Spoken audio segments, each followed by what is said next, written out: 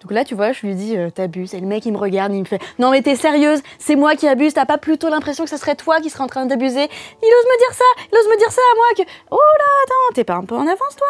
Bon bah écoute, je te présente Rocco, mon brocoli, on était en train de discuter tous les deux. S'il y a bien un truc que j'ai compris, c'est que c'est important d'accorder de l'attention à la nature et donc aux légumes. En plus Rocco, il est trop drôle. Hier, il me racontait une blague. Mais si tu sais, c'est quoi la différence entre un brocoli et une crotte de nez? Les enfants mangent pas les brocolis. Rocco! Enfin bref, tout ça pour dire que les personnages du roman Sirius de Stéphane Servan aux éditions du Rouergue, eh ben ils auraient mieux fait d'écouter la nature avant de faire n'importe quoi avec la planète Terre. Sirius raconte l'histoire d'Avril et de son petit frère Kid qui tentent de survivre du mieux qu'ils le peuvent dans un milieu ravagé par les épidémies et la folie des hommes. Plus rien n'est fertile, plus rien ne pousse et leurs seules sources de nourriture proviennent de capsules de survie ici et là qui contiennent de la nourriture. C'était incroyable de penser qu'un jour, la forêt avait bruissé de chants d'oiseaux, de cris de bêtes. Avril s'en souvenait très bien. La vie était bruyante. Les oiseaux, les insectes, les plantes, la moindre chose vivante avait son propre son, sa petite musique. Même au plus profond des bois, jamais cette musique ne cessait. Depuis que la vie s'était tue, le monde n'était que silence, un long silence qui vous faisait presque bourdonner les oreilles.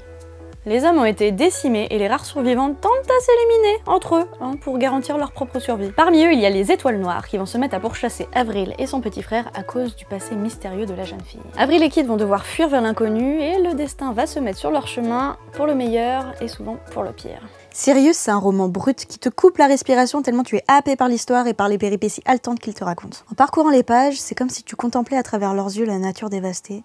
C'est comme si tu craignais pour ta propre vie quand un craquement de branche risquerait de les trahir auprès de leurs ennemis. Alors ça ne te met pas dans la plus grande des sérénités au moment de ta lecture, mais une telle immersion est signe que le livre est bon. Ce roman est porté par un duo de personnages lumineux, courageux, tous deux exilés mais avec une rage de vivre impressionnante. L'amour et le soin qu'ils se portent l'un à l'autre est bouleversant.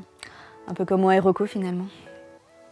La nature est le troisième personnage central de ce roman, tantôt digne, tantôt imprévisible, parfois ennemi et parfois allié. Alors autant dire que tu regarderas ton massif de fleurs sur ton balcon d'un autre œil quand tu auras refermé le roman. Il est aussi question dans Sirius de la mémoire, de la place du patrimoine, de ce que l'homme laisse comme trace dans le temps. Bref, c'est un roman qui te remue les méninges en plus de te plonger dans une très belle histoire, alors je te le conseille chaleureusement. Comment Rocco? Ah, tu veux détendre l'atmosphère avec une autre blague? Bah ouais, grave, vas-y. Non, je ne sais pas ce qui est vert et qui se déplace sous l'eau. Oh, un chou marin.